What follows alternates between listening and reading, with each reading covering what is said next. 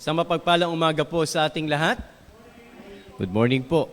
At salamat sa Panginoon sa muli nating pagbabalik, no? Nakaraang Saturday ay we were not able to meet dahil ako po ay nagpunta sa Tuguegarao. So sa biyaya po ng Panginoon, ngayon po ay tayo magsasama-sama upang mag-aral muli ng salita ng Panginoon.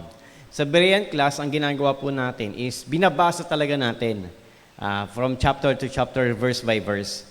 And from there, tignan natin kung ano yung itinuturo ng salita ng Panginoon. So, it's better, at least kung mabasa natin lahat, we can say na we have read the Bible from cover to cover. And that is the commandment to us, no? Read and study the Word of God. So, as we proceed, tayo po ngayon ay nasa chapter 22, last chapter of 1 Kings, huling kabanata ng unang hari at ating pong basahin sa verse 1. 3 taon nang walang labanan ang Israel at ang Syria. Ngunit sa 4 taon ay dumalaw sa hari ng Israel si Jehoshaphat na hari ng Juda. So pinalitan niya na yung hari na si King Asa, si Jehoshaphat na yung nagahari sa Juda. Nasabi noon ng hari ng Israel sa kanyang mga pinuno, alam ninyo, ang Ramoth Gilead ay atin. Ngunit wala tayong ginagawang hakbang upang mabawi iyon sa hari ng Syria. Ngayon na may si Jehoshaphat at ang kanyang hinimok, ang sabi niya, samahan mo naman kami sa paglusob sa Ramoth Gilead. Sumagot si Jehoshaphat, kasama mo ako at ang aking mga tauhan at ang aking mga kabayo at ang kasangkapan. Ngunit sumangguni muna tayo kay Yahweh. What can you see about the difference between two kings? King Ahab and King Jehoshaphat.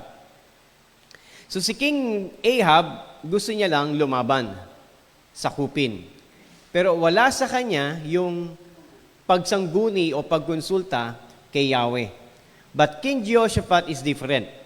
The very first thing na dapat niyang gawin is to seek first God. Ano ba ang kalooban ng Diyos? Diba, ganun naman talaga ang dapat gawin ng isang tao sa kanyang buhay. Ang isang mananampalataya. Bago gawin ang isang bagay, sumangguni ka muna sa Panginoon. Ipanalangin niyo muna. Hindi yung sige ka ng sige, pero hindi mo kinukonsulta sa Panginoon kung ano yung mga hakbangin na gagawin mo o kung ano yung plano mo. Okay? So, as we can see that the man of God, the king, a very good king, King Jehoshaphat, seek first God before he does something. Bago niya gawin ang isang bagay, sabi niya, sumangguni muna tayo kay Yahweh. Now, kung sasangguni sila kay Yahweh, anong paraan ang gagawin nila? Paanong paraan sila sumasangguni sa Panginoon? Through prayer. Ano pa? Offering. Ano pa? Prophet. Okay? Kasi ang prophet po, ang spokesperson ng Diyos. Hindi nagsasalita ang Diyos sa kanila sa tinig kasi nga natatakot sila sa tinig ng Diyos. Di ba nga, during the time of Moses, nung nagsalita ang si Yahweh sa bayang Israelita, sabi nila, Moses, ikaw na lang ang makipag-usap sa Diyos at sabihin mo na lang sa amin kung anong gusto niya. Kasi kung maririnig namin muli ang tinig niya, baka mamatay na kami. So, they will need to seek a prophet. But during their time, very rampant o marami yung mga prophet na hindi mula sa Diyos. Kasi during the time na si King Ahab at si Jezebel, di ba sila mismo nag-hire ng mga prophets? Ang dami nga nilang propeta eh. Di ba nung nagtagisan nga si Elijah at yung, I think, 400 prophets ni Baal, nung susunugin yung handog, nakikita niyo po ba yung picture na maraming propeta pero hindi mula sa Diyos? Ganun din sa panahon natin ngayon. Maraming mga ngaral pero hindi mula sa Diyos. Napakarami po na mga ngaral o preacher nowadays, but I believe that they are not from God. Because if they are from God, they would preach the Word of God. And they would preach Christ. But nowadays, napakarami, you will not hear Christ. Ang makapapakinggan mo lang, pagpapalain ka ng Panginoon. About giving. About prosperity. I think that is not the gospel. And then there are so many religions na ginagamit din ang Bible, but wrong interpretation ang kanilang ibinibigay. Meron namang religion na sinasabi sila ay Kristiyano, pero they never use the Word of God when they preach. Or the members do not bring their own copies of the Bible. Makikinig na lang sila. Yung tipong after basahin, and then after that, sasabihin na kung ano gusto niyang sabihin. So, again, that's not the way that the Bible should be preached. Now, let's go to verse 6. So, after they want to seek God, or what's the will of God, sabi sa verse 6, tinipon nga ni Haring Ahab ng Israel ang kanyang mga propeta. May 400 silang lahat at tinanong, dapat ko bang salakayin ang Ramoth Gilead? Salakayin ninyo, tutulungan kayo ni Yahweh at matatalo ninyo ang kaaway, sagot ng mga propeta. Ngunit iginit ni Jehoshaphat, wala na bang ibang propeta ni Yahweh na maaari nating pagtanungan? Mayroon pang isa. Sino yun? Si Mikaya na anak ni Imla. Ngunit galit ako sa kanya, sapagkat lagi na lamang masama ang hula niya sa akin, wala nang mabuti, sabi ni Ahab. So si King Ahab, papakinggan niya lang yung propeta kapag pabor sa kanya yung hula o yung propesiya. Pero pag against sa kanya, galit ako sa iyo, umalis ka sa harapan ko. You know, the message of God does not depend kung ito ay favorable sa iyo o hindi. If the message of God is not favorable to you, if that is the message of God, then you have to hear, you have to listen. Di ba ganun din naman sa atin, sa mga mensahe na nating napapakinggan, no? I-relate natin, no? Kapag ang mensahe ng Panginoon ay patama sa iyo, hindi ibig sabihin na, ayokong pakinggan yung pastor na yan, lagi na lang patama sa akin yung mensahe niya. No? Always remember this. God's sheep listens to His voice. Ang tunay na tupa ng Panginoon nakikinig sa Kanyang salita, whether it's favorable or not favorable to you. Because the message of God is for His glory. Di ba? Not for your own comfort. Di ba? Ang mensahe ng Panginoon ay para sa Kanyang kapurihan. Hindi para sa iyong kagustuhan o para sa iyong komportable ka ba doon sa message o hindi. No? There are times na makakarinig talaga tayo ng mensahe na talagang mahuhulog ka sa iyong upuan, in a sense, no? Parang lahat ng iyong kasalanan ay sinabi na ni pastor at alam niya kung ano yung buhay na meron ka, no? But again, pastor is not all-knowing. Okay? But the Word of God is very powerful, like a double-edged sword. It cuts what?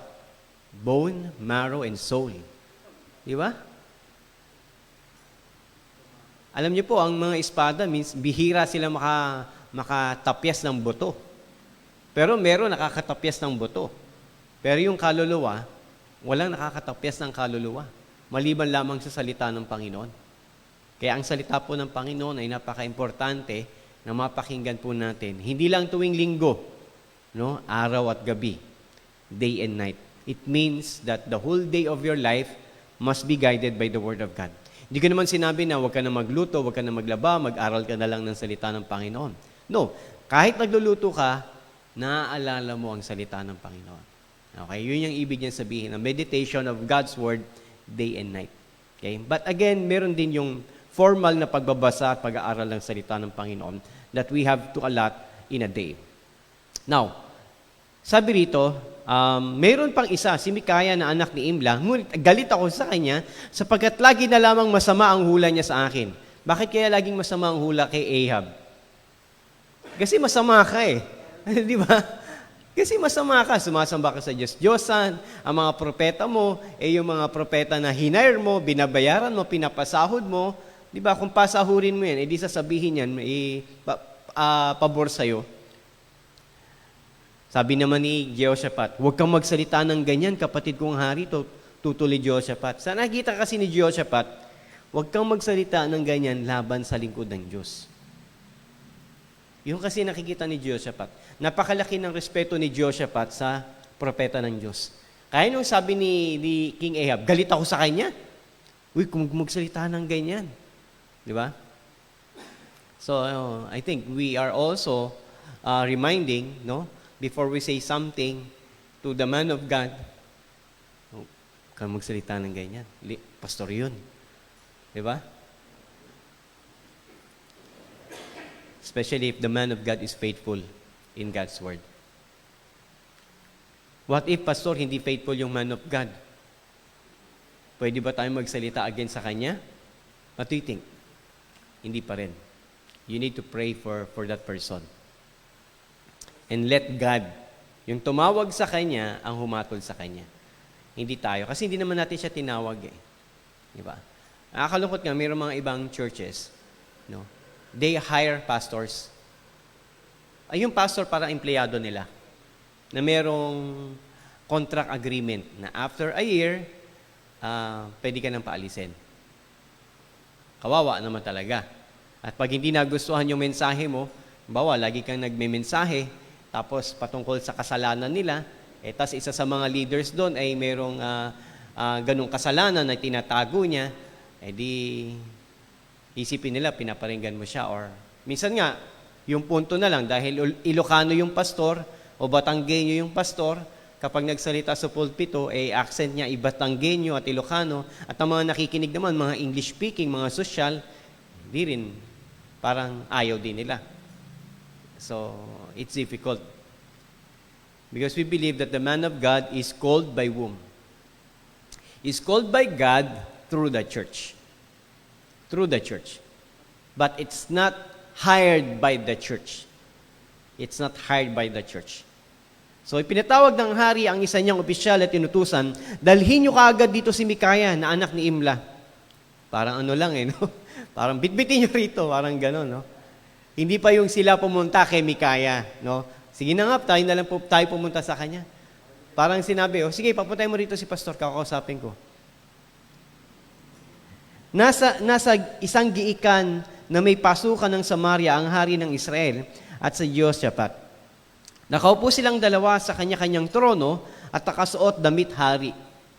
Samantala, nasa kanilang harapan ang mga propeta, sama-sama ng huhula. Naglagay ng mga sungay na bakal si Sedekias na anak ni Kanaana, tumayo at ganito ang sabi niya kay Ahab. Sa pamamagitan nito, ililipunin ninyo ang mga taga-Syria. Sa pamamagitan ng alin? Ng sungay. So ito yung isa sa mga propeta ni Ahab. Sa pamamagitan nito'y lilipunin niyo ang mga taga-Syria. Ganon din ang sinabi ng iba pang propeta. Sabi nila, mahal na hari, salakayin po ninyo ang Ramot Gilead at matatalo niyo sila. Magtatagumpay kayo sa tulong ni Yahweh. O, buti yung iba, no? Now, verse 13. Sinabi ng sugong pinapunta kay Mikaya, iisa ang sinasabi ng lahat ng mga propeta. Magtatagumpay ang hari, ganun din ang sabihin mo. Parang sinasabi niya, sabi ng iba, majority, sabi ng lahat, magtatagumpay sila. Ganun din sabihin mo, ha? So, kung sasabihin niya yun, dahil sinabi nung isa ng inutusan, hindi niya na sinabi ang salita ng Diyos. Sinabi niya lang kung anong gusto nilang marinig. Di ba sa Bible, darating ang araw, ang mga tao, makikinig sila, doon lang sa gusto nilang pakinggan. Alam niyo yun? Sumagot si Mikaya, saksi si Yahweh, ang Diyos na buhay, kung anong sabihin niya sa akin, yun ang aking sasabihin. Pagdating niya sa harapan ng hari, siya'y tinanong, Mikaya, sasalakayin ba namin ang Ramot Gilead? Salakayin po ninyo at magwawagi kayo. Magtatagumpay kayo sa tulong ni Yahweh. Ngunit siya'y muling tinanong ng hari, ilang ulit ko bang sasabihin sa iyo na pawang katotohanan lamang ang sabihin mo sa pangalan ni Yahweh? Kaya't sinabi ni Mikaya, nakita kong nagkawatak-watak ang hukbo ng Israel. Nagkalat sa kabundukan parang tupang walang pastol. Narinig kong sinabi ni Yahweh, sila'y walang tagapanguna, kaya't pauwi na lang silang mapayapa.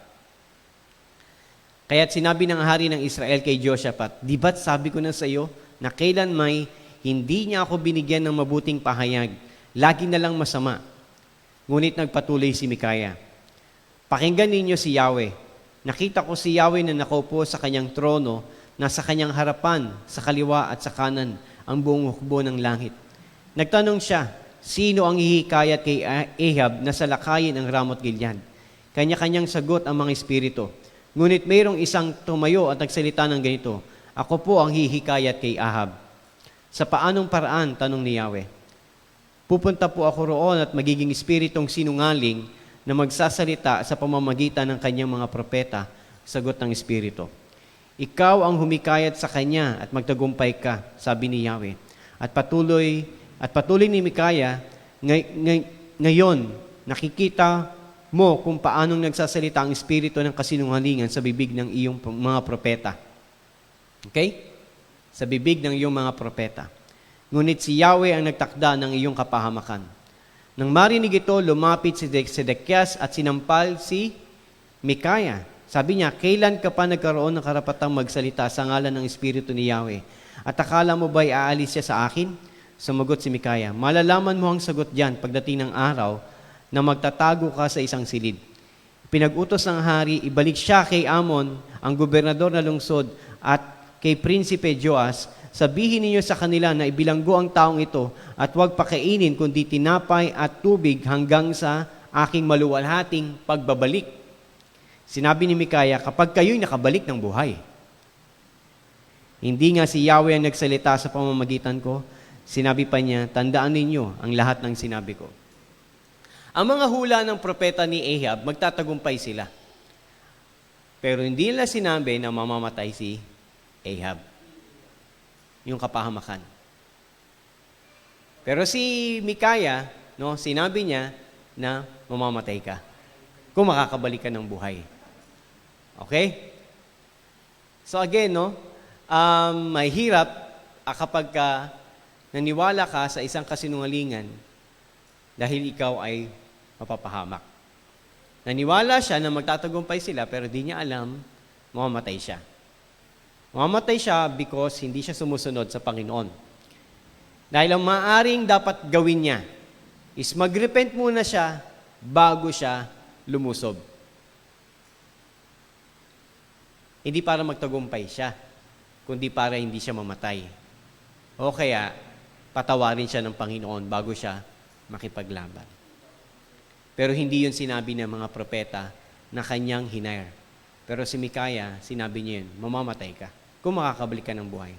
Now, tignan natin what happened. Verse 29.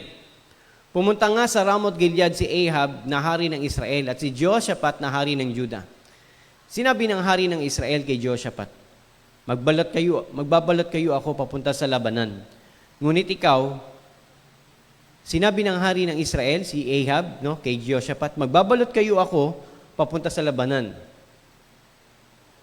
Ngunit ikaw ay maaari magpatuloy na nakadamit hari. At nagbalat kayo nga ang hari ng Israel patungo sa labanan. Bakit kaya siya nag-disguise? Kasi ang hari po kasi, meron silang damit pang hari. Distinct po yung damit po nila. Kumbaga, litaw na ito yung hari dahil maganda yung kanyang damit. Yung tela, mayroong makinang, di ba? So sabi niya, magdadamit ako siguro pang sundalo. Pero ikaw, Jehoshaphat, yung damit mong hari, yan ang gamitin mo. Sa tingin nyo kaya, bakit niya ginawa yun? Para hindi siya mapatay? Kasi number 1 na pupuntiryahin yung hari, di ba? Since nalaman niya na through Mikaya na di ako mamatay ako, ay di mag-disguise na lang ako. Di ba magdi-disguise ako? Nakatulong kaya yun? O dahil doon, mas napahamak pa siya. Let's read. Inuutos ng hari ng Syria sa mga pinuno ng mga kawal na sakay ng karwahe, huwag ninyong pag-abalahan kung sino-sino lamang. Ang hari ng Israel ang inyong harapin. So sabi niya, di ba? Tama naman ako, di ba? Yung hari yung pupuntiryahin ng Syria. Kaya magbabalot kayo na lang ako. Kaya't nang makita nila si Jehoshaphat, inakala na lang ito ang hari ng Israel at siyang hinabol. Ngunit pagsigaw niya ng kanyang sigaw pandigma, nakilala ng mga pinuno ng Syria na hindi siya ang hari ng Israel. Kanino siyang hari? Hari siya ng Juda. At hindi nila itinuloy ang paghabol. Subalit, may isang kawal na basta na lamang pumana at natamaan ang hari ng Israel. Tsamba? O kalooban ng Diyos? Diba? Basta na lamang pumana eh. Di ba? Siguro parang nagpa-practice lang siya. Uy! Tinamaan. Parang gano'n, no? Basta na lamang pumana, pero tinamaan yung hari ng Israel. Tumusok ang palaso sa pagitan ng pinagdugtungan ng baluti sa dibdib, kaya't iniutos niya sa kawal na nagpapatakbo ng karwahe, ibuelta mo ang karwahe, may tama ako. Umalis na tayo rito. Mahigpit ang labanan ng araw na iyon. Ang hari na natiling nakatayo sa kanyang karwahe sa tapat ng mga Siryo hanggang sa siya'y mamatay nang lumubog ang araw. Dumanak ang dugo niya sa sahig ng karwahe. Paglubog ng araw, narinig ng buong hukbo ng Israel ang sigaw, tumakas na kayo, magsauwi na kayong lahat. Namatay nga ang hari at dinala nila ang bangkay sa Samaria nung upang doon ilibing. Nang hugasan ng karwahe ng hari sa batis ng Samaria, hinibod ng mga aso ang kanyang dugo. Samantala, may babaeng nagbebenta ng aliw na naliligo sa batis na naipaligo nila ang tubig na iyon. Sa ganung paraan, natupad ang sinabi ni Yahweh. Ang iba pang mga ginawa ni Ahab, pati ang tungkol sa ipinagawa niyang palasyo na napapalumutian ng garing, at ang mga lungsod na kanyang itinayo ay nakasulat sa kaysasyan ng mga hari ng Israel. Pagkamatay ni Ahab, umalili sa kanyang bilang hari ang kanyang anak na si Ahayas. So yung pagkamatay ni Ahab, pati yung paraan ng kanyang pagkamatay ay natupad ayon sa hinula sa kanya during that time na siya ay hindi siya kumilala sa Panginoon. Okay? So again, if the man of God speaks the word of God, you have to believe You have to listen. Even though the message is not favorable to you. Kahit na hindi pabor sa iyo yung mensahe, no? Dapat kang makinig sa sinasabi ng salita ng Panginoon. Dahil ang mensahe ng lingkod ng Diyos ay hindi galing sa kanyang sarili, kundi galing sa Diyos. So si Ahab, hindi siya nakinig kay Micaiah, the only man of God during that time, but the rest are not man of God. Naging hari ng Judah si Jehoshaphat, na anak ni Asa, noong ika-4 na taon ng paghahari ni Ahab sa Israel. 35 taon gulang siya noong siya'y umaupo sa trono ng Judah at paghahari siya sa Jerusalem sa loob ng 25 taon. Ang kanyang ina ay si Ayuba na anak ni Silhi. Sumunod siya sa halimbawa ng kanyang amang si Asa.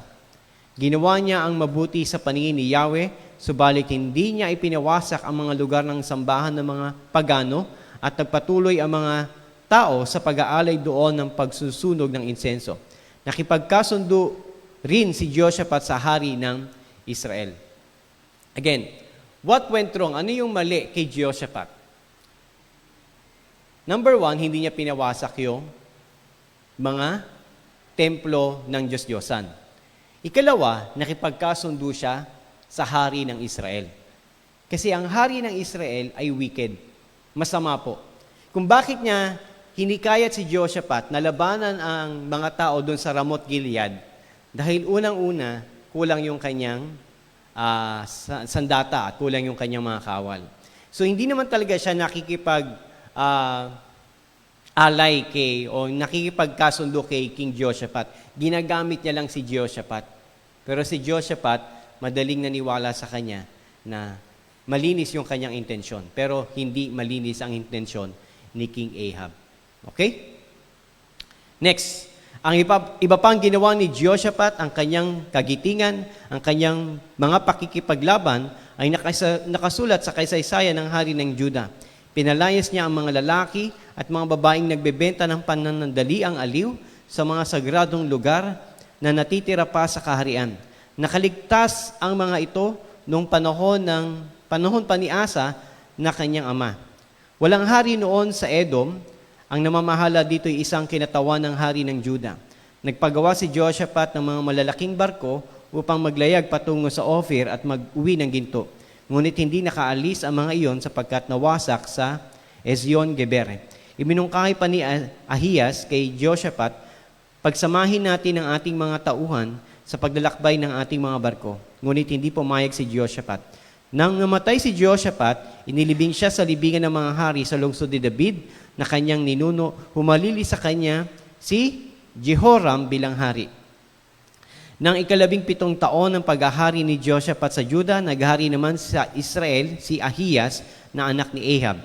So 2 taon siya naghari, ginawa rin niyang ang mga bagay na hindi kalugod-lugod kay Yahweh.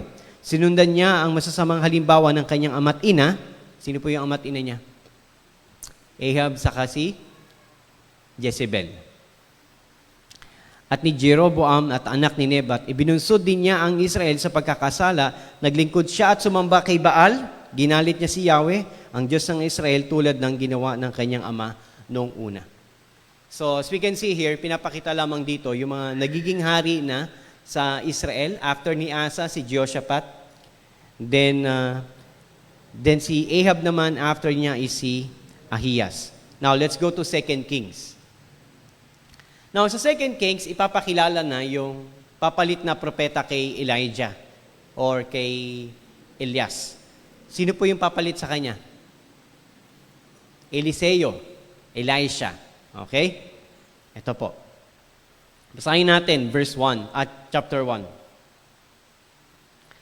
Nang mamatay si Ahab, nagimagsik ang Moab laban sa Israel. Si Ahiyas ay nahulog noon mula sa balkonahe sa bubungan ng palasyo niya sa Samaria at naging maluba ang kalagayan niya. Si Ahiyas ay anak ni Ahab. Si Ahab yung masamang hari. At nung mamatay yung masamang hari, nag-aklas ang mga tiga-Moab simply because alam nila na wala na yung masamang hari, maaaring mahina yung papalit sa kanya na kanyang anak. At nung nalaglag nga sa balkonahe, ay doon nga talaga nang hina ang pisikal na pangatawan ni Ahiyas. Naging malubhang kanyang kalagayan, kaya nagpadala siya ng mga sugo sa Ekron upang isangguni sa Diyos ng mga Pilisteo at na si Beelzebub kung gagaling pa siya o hindi. So, yung hari ng Israel na si Ahiyas, kanino siya sumasangguni? Hindi kay Yahweh. No? Sumasangguni siya sa Diyos ng Pilisteo na si Beelzebub. Tanong kung gagaling pa siya o hindi. So, dito makikita natin yung continuous decay, pagkabulok ng hari ng Israel. So, hindi po sila nag-i-improve. Pasama po sila ng pasama. Buti pa si King Ahab, kahit hindi sinasabing tama si King Ahab, yung mga propeta niya, pero si Yahweh pa rin yung sinasabi, kahit nagsisinungaling. Pero ito, hindi na siya talaga kumukonsulta kahit sa kaninong propeta. Tama man propeta o maling propeta man ni Yahweh, pero kumukonsulta na siya sa ibang Diyos, kundi kay Beelzebub. Verse 3, ngunit sinabi ng anghel ni Yahweh kay Elias na taga-Tisbe, salubungin mo ang sugo ng hari ng Samaria at itanong mo kung wala ng Diyos ang Israel at kay Beelzebub na Diyos na Ekron na siya nasasangguni. Kahit na dinidisrespect nila si Yahweh, no? Nandun pa rin yung concern ni Yahweh sa kanila. Hindi niya sasabihan si Elias na salubungin yung kukonsulta kay Beelzebub kung hindi siya concerned. Gusto niyang ipaalala sa Israel na ako yung Diyos ninyo, pero bakit kayo lalapit sa ibang Diyos? Kahit na po ang Israel ay napakasama, sila pa rin po ay bayan ng Diyos, as well as Judah. Okay? Ngunit sinabi ng anghel ni Yahweh kay Elias sa taga, salubungin mo ang mga sugo ng hari ng Samaria at itanong mo kung wala na bang Diyos ang Israel at kay Beelzebub na Diyos ng Ekron na siya sasangguni. Sabi mong hindi na siya gagaling sa kanyang sakit, iyon ang ikamamatay niya. At lumakad nga si Elias. Nang magbalik ang mga inutusan ng hari, sila itinanong nito, bakit kayo bumalik? O bakit kayo bumalik? Sinabi nila, may nasalubong po kaming tao. Pinabalik niya kami at pinapatanong sa inyo na kung wala na bang Diyos ang Israel, kaya kay Beelzebub na Diyos ng Ekron na kayo sasangguni. Hindi na raw kayo gagaling, mamamatay na raw kayo sa sakit niyong yan. Kasi di ba gusto niyang malaman kung mabubuhay pa ba ako o mamamatay na ako? Na hindi mo na kailangan pumunta kay Beelzebub. Sinabi na ni Yahweh mismo na mamamatay ka. Anong itsura ng taong nagsabi sa inyo? Tanong ng hari. Mabalahibo po ang kanyang kasuotan at nakasinturon ng balat. Sagot nila. Si Elias iyon na taga-Tisbe, sabi ng hari. Ipinatawag ni Aring Ahiyas ang isa niyang opisyal at ang 50 kawal nito upang dakpin si Elias. Natagpuan siya ng opisyal na nakaupo sa burol at sinabi nito, lingkod ng Diyos, ipinatatawag kayo ng hari. Sumagot si Elias, kung ako nga'y lingkod ng Diyos, umulan sana ng apoy at sunugin ka, pati ang iyong 50 kawal. Umulan nga ng apoy at nasunog ang opisyal at ang kawal nito. Grabe, no? Kasi kung lingkod siya ng Diyos, unang-una, hindi mo ko dapat dakpin. Kung naniniwala kang lingkod ako ng Diyos, dapat matakot ka. Di ba? At kung naniniwala si Ahiyas na ako'y lingkod ng Diyos, dapat siyang lumapit sa akin. Hindi niya ako patatawag sa kaharian niya. O kaya sinabi ni Elias, sa bibig mo na rin ang galing na lingkod ako ng Diyos. Kung lingkod ako ng Diyos, umulan ng apoy at masusunog kayong lahat. At dahil nga siya ay lingkod ng Diyos, umulan nga ng apoy at nasunog silang lahat. So tindi ng itinuturo sa atin pagdating sa paggalang sa lingkod ng Diyos. No? Hindi ko naman sinasabi na, no, kaya kayo mag-ingat kayo sa akin, ha? Baka mamaya paulanin ko ng apoy pagka Hindi mo ako ginagalang ha. Uulan up din, ma'am, ganon. No? Hindi na yun mangyayari sa panahon natin ngayon. No? Nangyari lang ito sa panahon nila dahil hindi sila naniniwala. Ang himala ay para sa mga hindi naniniwala. Okay? Kasi kung naniniwala ka, sabi, sapat na ang salita para maniwala ka. Okay? Nagsugo muli si Haring Ahiyas ng ibang opisyal na may kasama ring 50 kawal. Ipinasabi niya kay Elias, lingkod ng Diyos, magmadali kayo, pinapatawag kayo ng hari. Ngunit sinabi ni Elias, kung ako nga'y lingkod ng Diyos, umulan sana ng apoy at sunugin ka, pati ang iyong 50 kawal. Ang Diyos ay nagpaulan ng apoy, uli ng apoy, sinunog ang opisyal at ang mga kawal nito for the second time. Si Haring Ahiyas ay nagpatawag uli ng isa pang opisyal at inutusan, kasama ang 50 kawal nito. Pagdating sa burol, lumuhod ang opisyal sa paanan ni Elias. Lumuhod na, no? At nagsumamo, lingkod ng Diyos. Maawa po kayo sa akin at sa aking 50 tauhan. Kami po'y inyong lingkod. Huwag po ninyong itulot na mamatay kami. Alam ko pong tinutupok ng apoy mula sa langit ang 2 opisyal na nauna sa akin at ang kanilang mga kawal. Kaya nga po isinasamo ko sa inyo na hayaan ninyo kaming mabuhay. Sinabi ng anghel ni Yahweh kay Elias, sumama ka sa kanya. At huwag kang matakot. Sumama nga siya papunta sa hari. Pagdating sa palasyo, sinabi niya sa hari, ganito ang pinapasabi ni Yahweh, sapagkat nagsugo ka ng mga tao upang sumangguni kay Beelzebub, na Diyos ng Ekron, na parabang wala ng Diyos sa Israel, hindi ka nagagaling, mamamatay ka.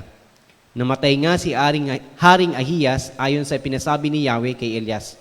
Wala siyang anak, kaya si Joram na kanyang kapatid ang humalili sa kanya bilang hari ng Israel. Noon naman ay 2 taon ng hari sa Juda, si Joram, na anak ni Jehoshaphat. Ang iba pang ginawa ni Haring Ahiyas ay nakasulat sa kasaysayan ng mga hari ng Israel. So, kanino siya nagsisik ng advice? Kanino niya inaalam ang kalooban ng Diyos o mangyayari sa kanyang buhay? Kay Beelzebub. Question. Sa panahon natin ngayon, hindi man tayo kumukonsulta kay Beelzebub, maaari bang gawin ng isang tao ang bagay na ito? Pahula mo nga ako. Hulaan mo nga ako. Tignan mo nga kung makakaalis ba ako. Diba? Hulaan mo nga ako. Tignan mo kung yayaman ba ako, makakapangasawa pa ako. Ang panguhula ba masama?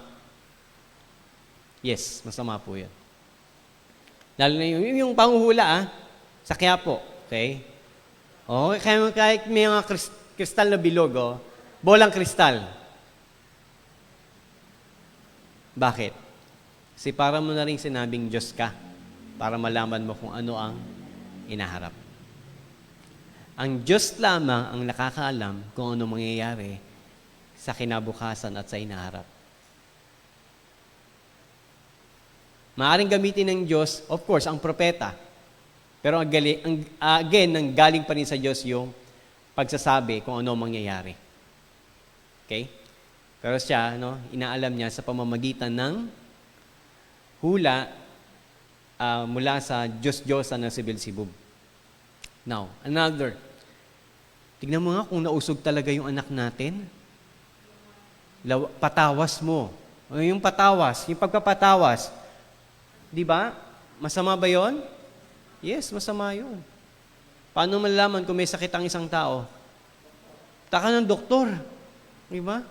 Hindi, baka mamaya na nuno, na duwende. Tapos, di ba, pag nagtawas, di ko alam kung ano yung tawas kasi. Nagsusunog sila ng kandila, tapos papatak doon sa tubig, tama? Tapos magkakaroon ng korte yon. Lahat naman ng lagay mo sa kandila na pumatak, may korte naman talaga, di ba? So, yun ay isang itim na pamamaraan o dark way or dark means of knowing. Yun po ay sorcery, yun po ay ah, kasuklam-suklam sa paningin po ng Panginoon. Because if you really want to know the way, you have to read your Bible. Okay, if you really want to know what will happen in the future, you look at the prophecy in the Bible. Wala siyang personal prophecy in a sense kung makakapangasawa ba ako o hindi. Sapagkat ang Bible naman hindi nasulat para sa iyo lang eh. Diba? Yung mga personal na detalye ng ating buhay, hindi natin yun kayang alamin sa pamamagitan ng salita ng Diyos, except yung kaligtasan natin. Okay? Pero kung makakapangasawa ka ba, magpapastor ka ba, kung ilang taon ka mamamatay, hindi mo yun kayang alamin. Hindi rin yung dinetalye ng Panginoon upang magtiwala tayo sa Kanya. Ano man ang mangyari sa kinabukasan. Okay? Pagkas naniniwala tayo na ang Diyos, hawak niya ang kinabukasan. Bakit mo pa kailangan malaman kung hawak niya ng kinabukasan? Di ba? Ano yung intensyon, ano yung dahilan, bakit gustong malaman ng tao ang kinabukasan?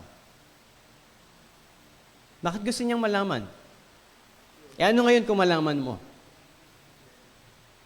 Ako naniniwala kung bakit gustong malaman ng tao ang kinabukasan, kung ano mangyayari, kasi hindi siya nagtitiwala sa kasalukuyan. Di ba? Well, kung makapag-asawa man ako, hindi ako makapag-asawa, magkaanak man ako, hindi ako magkaanak, pasalamat ako sa Panginoon. Hindi ko na kailangan malaman yun.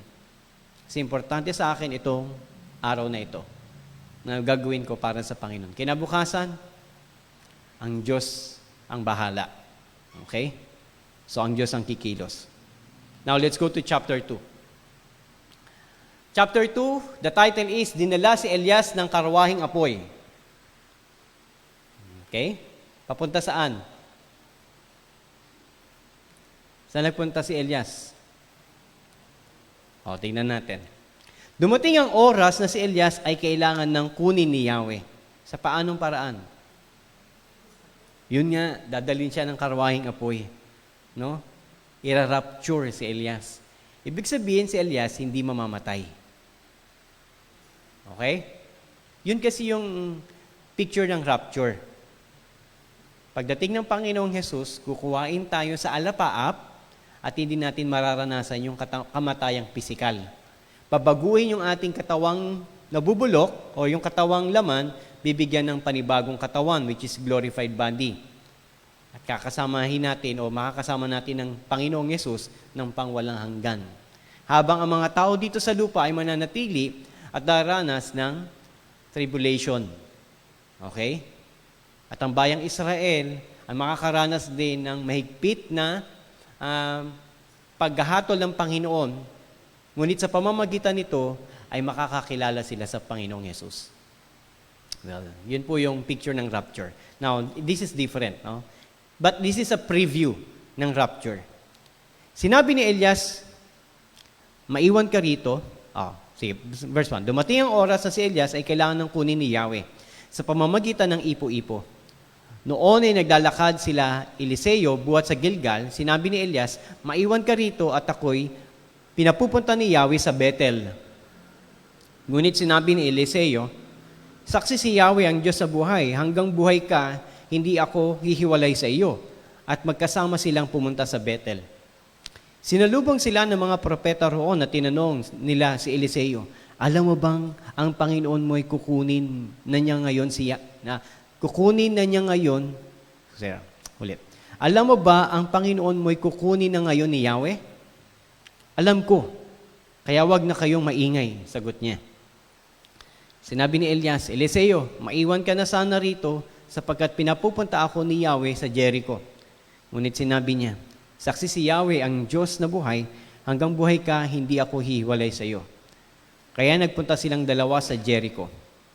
Pagdating doon, si Eliseo ay nilapitan ng pangkat ng mga propetang taga roon at tinanong, alam mo bang Panginoon mo'y kukunin na ngayon ni Yahweh? Alam ko, wag na kayong maingay, sagot niya. Sinabi muli ni Elias kay Eliseo, maiwan ka na rito sapagkat pinapupunta ako ni Yahweh sa Jordan. Ngunit sinabi niya, saksi si Yahweh, ang Diyos sa buhay, hanggang buhay ka, hindi ako hihiwalay sa iyo.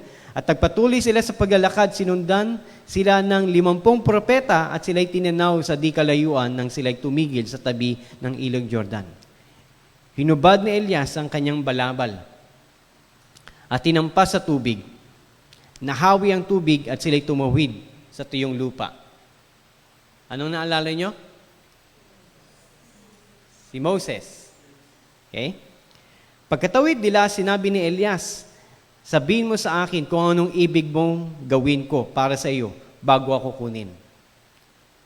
Kasi nga, hinihintay niya yung ipasa sa kanya yung kapangyarihan.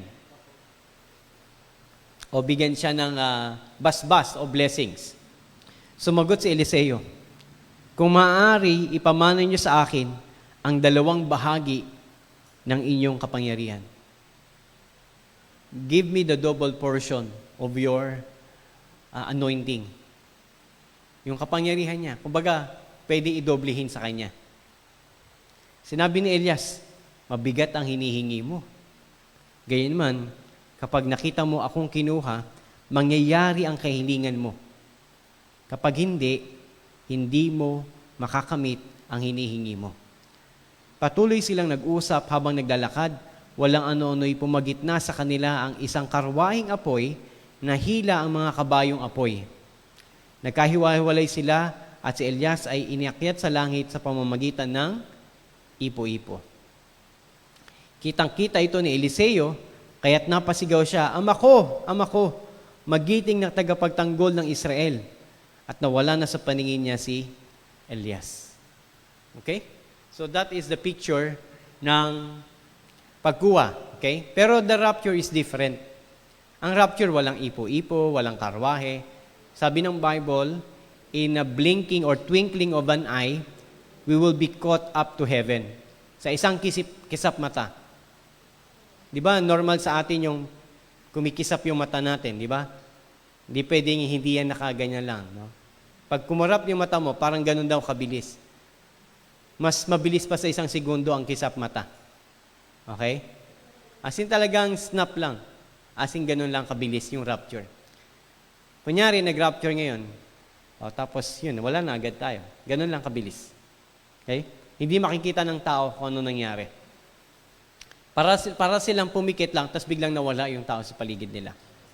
Kung siya hindi pa mananampalataya. So, ang sabi ni Elias sa kanya, kung kalooban ng Panginoon may bigay sa iyo, mangyayari ito.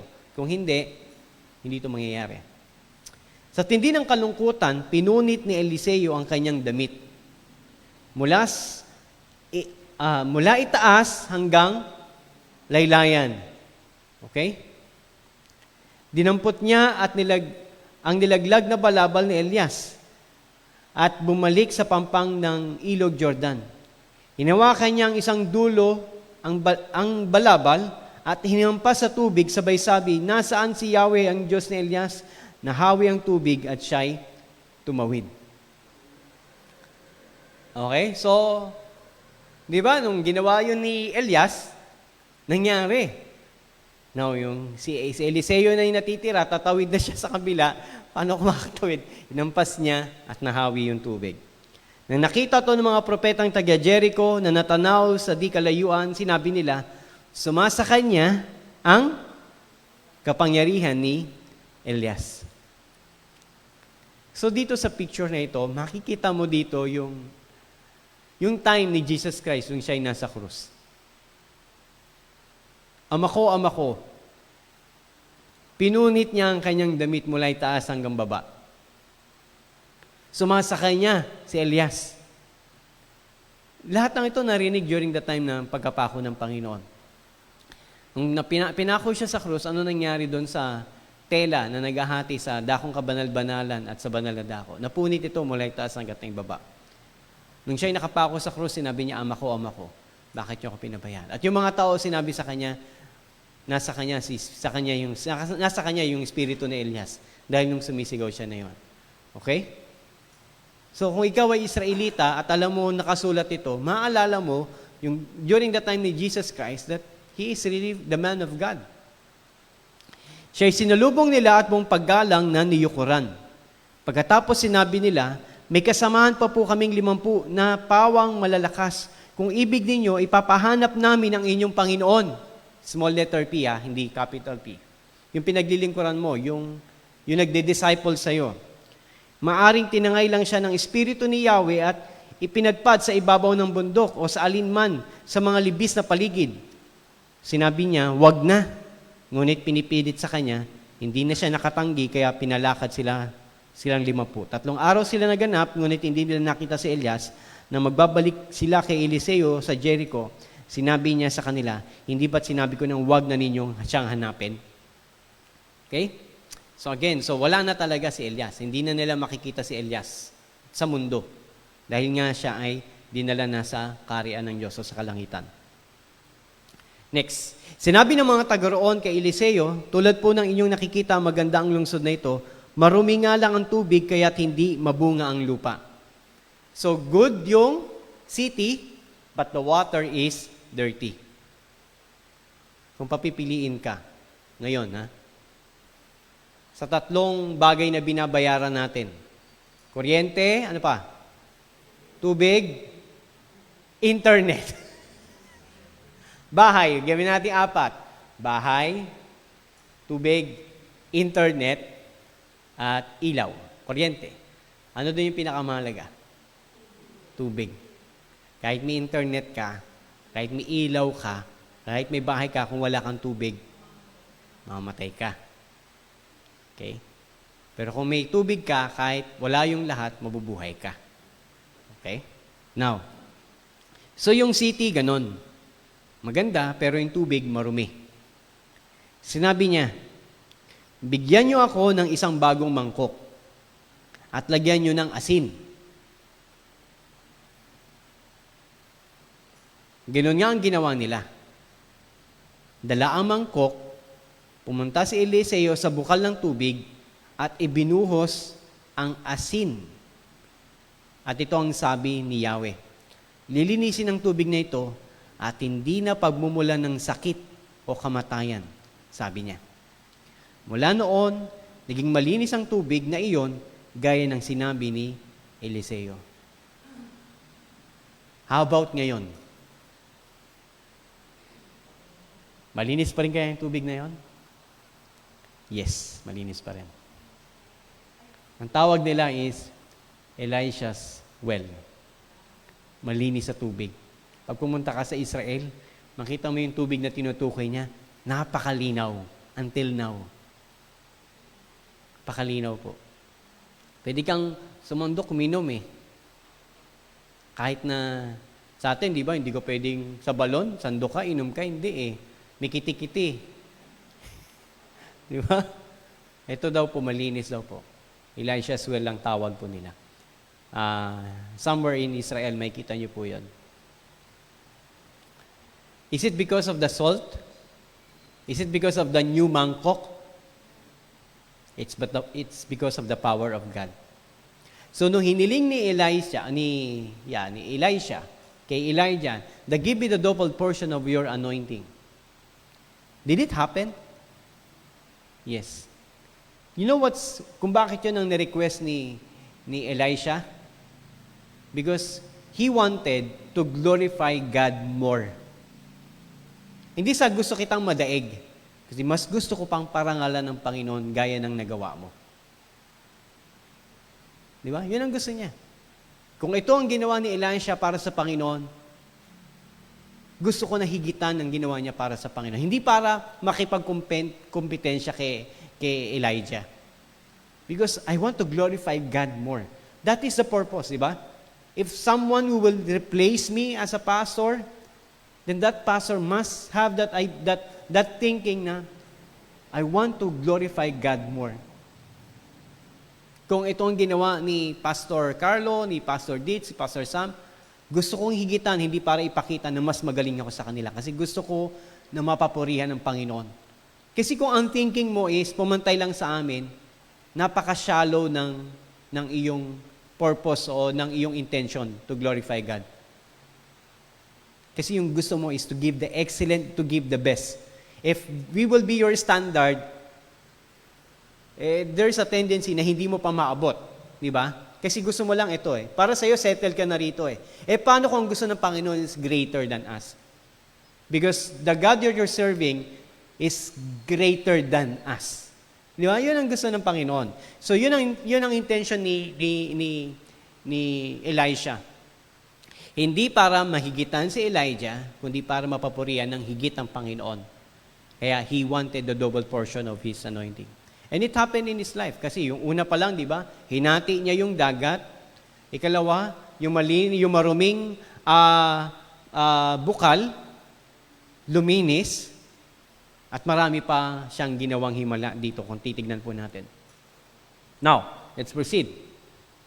Mula noon, naging malinis ang tubig na iyon gaya ng sinabi ni Eliseo. Mula sa Jericho, pumunta siya sa Bethel. Sa daan, may mga kabataang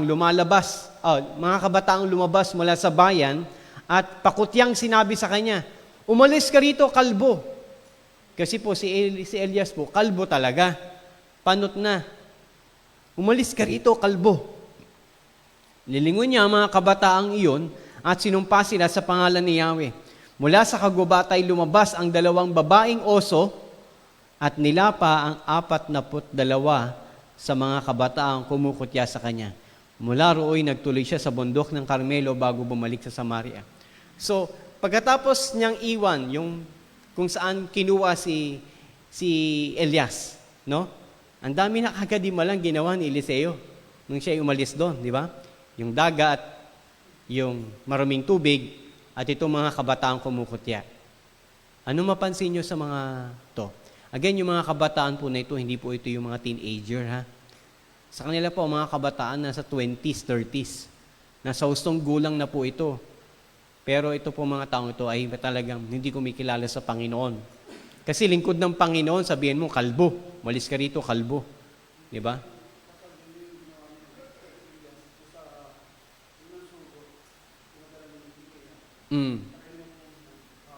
Oo. Okay. Now, meron nagtanong sa akin, hindi ba masyadong bilang lingkod ng Diyos, napaka-cruel niya? Ba't hindi niya nalang patawarin yung mga bata na yun? Ang sabi ko sa kanya, unang-una, hindi na yun bata. Matatanda na yun. Sinabi lang kabataan, pero more likely, wala pa silang asawa, binata sila, okay? Pero nasa sapat na gulang na sila para malaman kung anong tama at mali at sabihin nila sa lingkod ng Panginoon.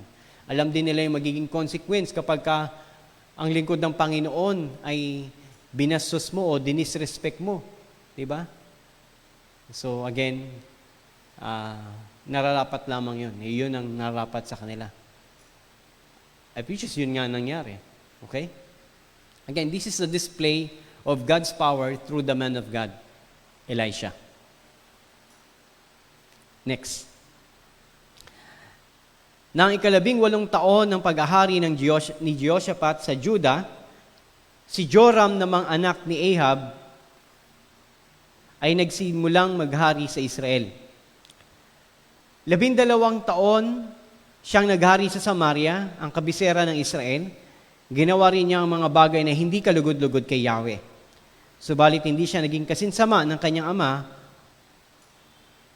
o ng kanyang ina na si Jezebel, sapagkat pinaalis niya ang ribulto ni Baal na ipinagawa ng kanyang ama, ngunit tulad ni Haring Jeroboam na anak ni Nebat, si Joram ay naging dahilan din upang magkasala ang Israel at hindi niya ito pinagsisihan.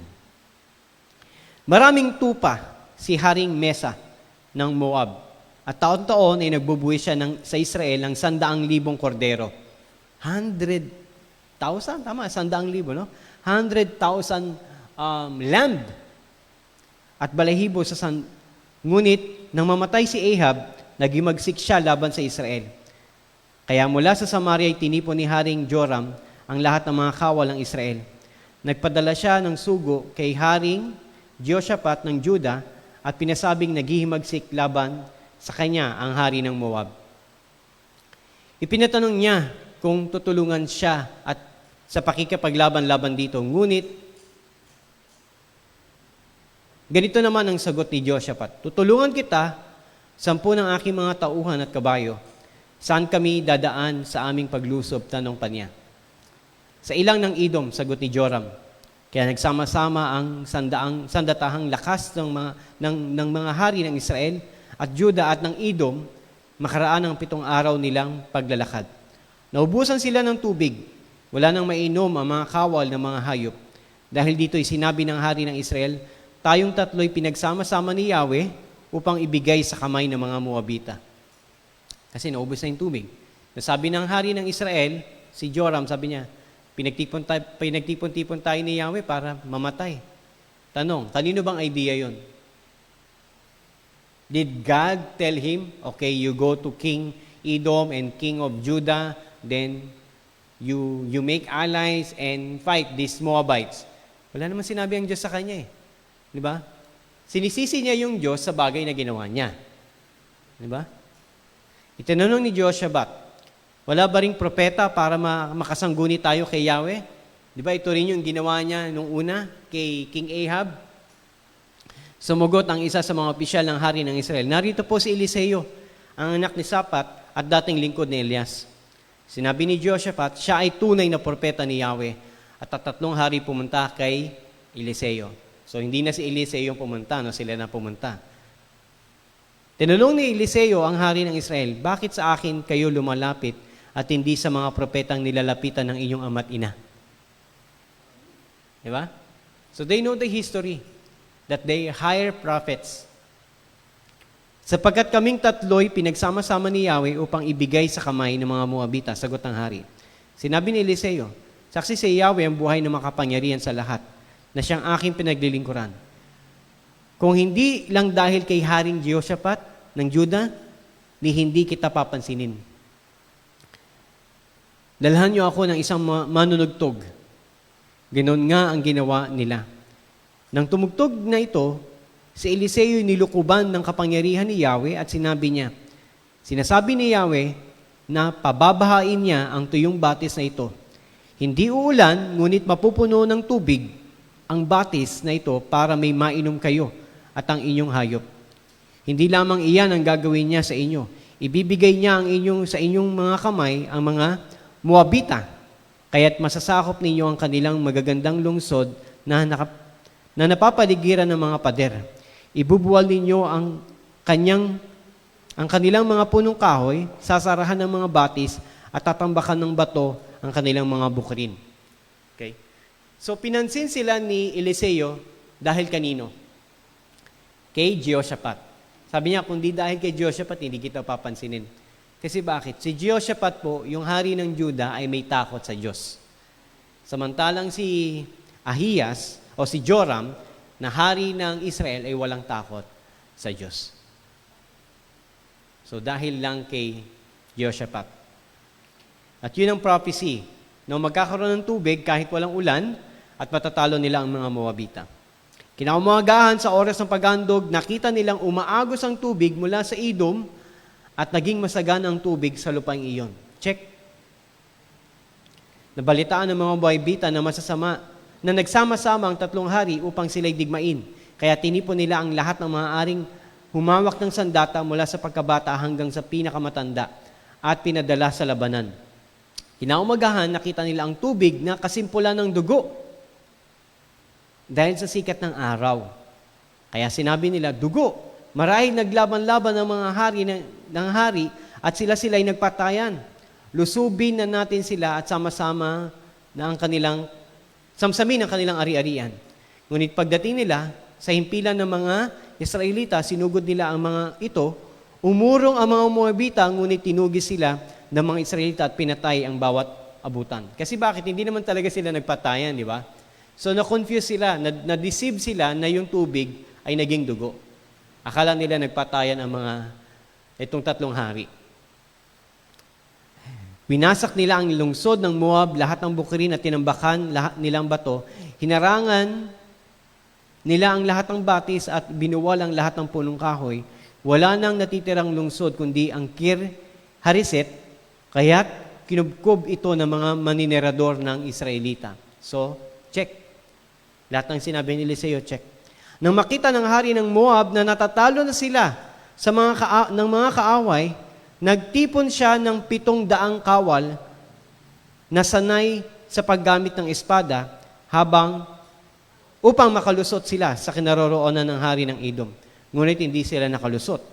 Kaya't kinuha niya ang panganay niyang lalaki,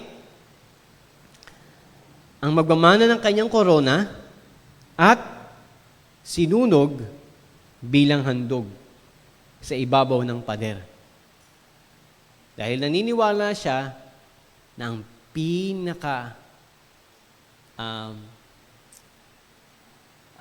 makapangyarihang handog ay walang iba kundi yung sarili mong anak. Na kaya pag hinandog mo yung anak mo, kahit anong hilingin mo sa Diyos-Diyosan ay gagawin. Yun ang kanilang paniniwala. Kaya nga sinasabi sa Exodus, Leviticus, sa Deuteronomy, na huwag nyo silang tutularan. Bakit? Kasi hinahandog nila yung sarili nilang anak. Yun ang desperate measures nila, to offer your own son. Nang makita ito ng mga Israelita, anong ginawa nila? Sila'y kinalibutan, sino bang hindi? Kaya umatras sila at umuwi sa kanilang lupain, which is hindi dapat sila matakot. No? Mas lalo nilang labanan itong hari na to dahil hindi para sa Diyos yung kanyang ginagawa. Karimari-marim, kasuklam-suklam ang kanyang ginagawa sa pag-aalay ng sarili niyang anak. Okay? So, I think we can stop here sa chapter 3. Pero sa chapter 4, magpapatuloy pa yung mga himala na ginawa ni Eliseo. Okay? So, I hope you will be here next meeting dahil marami tayong makikitang miracle na ginawa sa buhay ni Elias. Ni Eliseo. Sa English na Eliseo is Elisha. Halos magkaparehas kasi, no? So as we can see here, no? Starting from chapter 22 in 1 Kings. About the man of God. Yung lingkod ng Diyos. Sino yung lingkod ng Diyos sa chapter 22? Si Mikaya. Okay, si Mikaya. Na humula sa kanila na mapapahamak yung hari ng Israel. Kung makakauwi ka ng buhay, hindi nga siya nakauwi ng buhay. At hindi nila natalo yung kanilang nais lusubin. Yung Ramoth Gilead. Na kahit yung mga 400, yung mga propeta ni Ahab, sabi, magtatagumpay kayo, pero nagtagumpay ba sila? Hindi. Pero sinabi ni Mikaya, sige, magtatagumpay kayo. Ikaw talaga, gusto mo talaga akong mapahamak. Diba? Parang gusto sabihin ni Mikaya, yung gusto mong marinig, pinarinig ko sa'yo. Pero alam mo sa sarili mo na hindi yun yung totoo. Diba? Kumbaga sinasabi niya, yes, nagsinungaling ako. Yung gusto mong marinig, pinarinig ko sa'yo. Pero again, hindi po siya liar. Ang ibig niya sabihin, yung gusto mong marinig, pinarinig ko sa'yo. Pero alam mo sa sarili mo na hindi yun ang totoo. Ito ang totoo. Hindi kayo magtatagumpay at mamamatay ka. Pero ang sabi ng mga propeta, hindi, magtatagumpay po kayo. Sige. Makakauwi ka ng buhay. At sabi ni Ahab sa kanya, sige, papakita ko sa'yo na mali ka. Okay, kung makakauwi ka ng buhay. Kaya ginawa niya, nag-disguise siya. Diba? At nagdamit pang kawal siya. Pero, umpisa pala ng laban, sino tinamaan? Siya. Diba? So again, the man of God, the man of God speaks, we have to listen. We really have to listen. Kasi wala nang ibang gusto ang lingkod ng Diyos kundi mapabuti tayo. Walang lingkod ng Diyos ang magsasabi sa inyo ng mga bagay para mapasama ka. Kapag gano'n ang ginagawa ng lingkod ng Diyos, hindi siya lingkod ng Diyos. Kahit gano'n man kasakit ang sinasabi ng lingkod ng Diyos para sa kabutihan mo, gawin mo. Bawa sinabi ng lingkod ng Diyos, kapatid, lagi ka nang lumiliban sa gawain. Busy-busy ka sa negosyo mo. Hindi masamang magnegosyo, pero siguro, dapat malaman mo kung anong priority mo. Hindi ko sinasabing huwag kayong magnegosyo. Baka mamaya sabi ni Pastor, huwag na tayo mag-business. Atin na lang tayo every Sunday. You should know what is your priority. Kasi bakit? Akala mo ba mas malaki kikitain mo pag linggo? Kesa sa mawawalas? O mas malaki ang mawawala sa'yo? Yes, sabihin natin, Sunday, mas maraming customer, Pastor eh. Kung hindi ako tatao sa store, sa tindahan, o kung hindi kami magdi-deliver, kung hindi kami magbi-business, malaki malulugi sa amin. Tanong, sino bang nagpapaunlad ng business? Yung customer? O yung tunay na may-ari ng business mo? Di ba, lagi natin tandaan, we are just stewards. We are not the owner. If the true owner does not worry, how come the stewards are worrying more? Siya pa yung nag-aalala. Hello, tagabantay ka nga lang dyan, ikaw pa yung mas nag-aalala. Kung may-ari nga, hindi nag-aalala, ikaw nag-aalala. Di ba? So, doon natin makikita kung nagtitiwala ba tayo talaga sa Diyos. Okay? So again, hindi ko sinasabing huwag kang magtrabaho o huwag kang magnegosyo. Ang ibig ko lang sabihin is unahin mo ang gawain ng Panginoon. Okay? Yun naman ang sabi ng Bible, seek first the kingdom of God. Pastor, pag hindi ako nag-review, babagsak ako eh. Sino nagsabi sa'yo? Di ba? Sa tingin mo ba, pag nag-review ka, araw ng linggo, maraming papasok sa isipan mo? O bibigyan ka ng karunungan ng Panginoon? Sino ba nagbibigay ng karunungan? Yung librong binabasa mo? O yung Diyos na pinaglilingkuran natin? Di ba? Hindi ka naman hinihingi na mula morning, 9:30 hanggang 9:30 in the evening eh.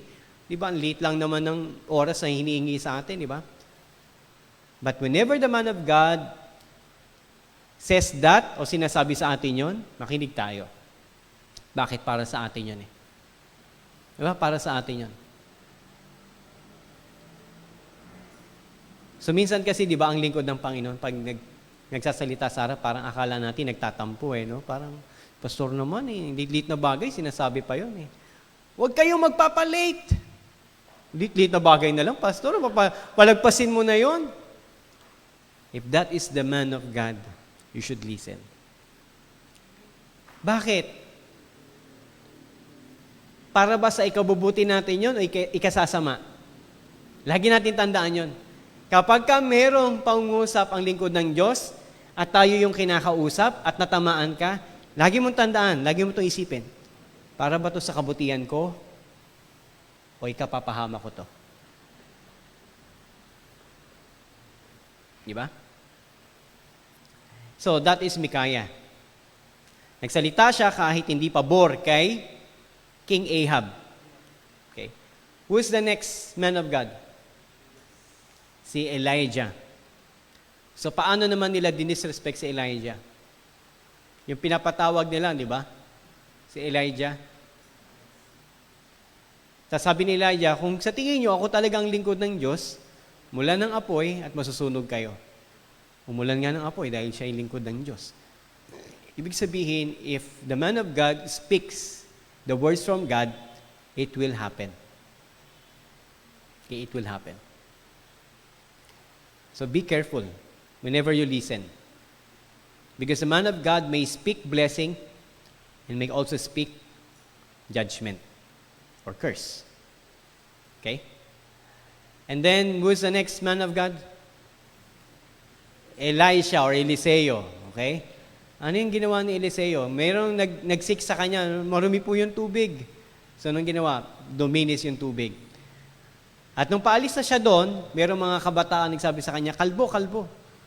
O, kaya ako, pag sinabihan niyo akong, pogi, pogi. Nako. God bless you, kapatid.